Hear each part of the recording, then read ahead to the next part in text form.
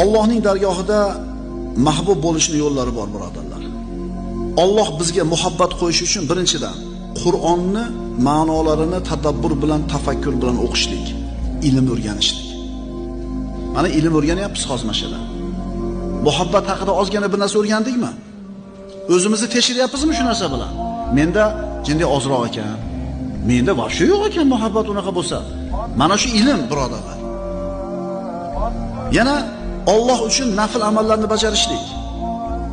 Va ma yazalu abdi yataqarrabu ilayya bin nawafil hatta uhibba. Bandam deyapti Alloh. Nafl amallarni qilib boraveradi, nafl amallarni qilib boraveradi, farzlarni qilib bo'lgandan keyin men shu bandani yaxshi ko'rib qolaman deyapti. Sunnat namozni o'qish, nafl amallarni qilish degani. Sunnatni o'qiradi, nafl ro'zani tutaveradi, sunnat amalni qilaveradi, sunnat namozni o'qiradi, men yaxshi ko'rib qolaman shu bandamni deyapti. Yana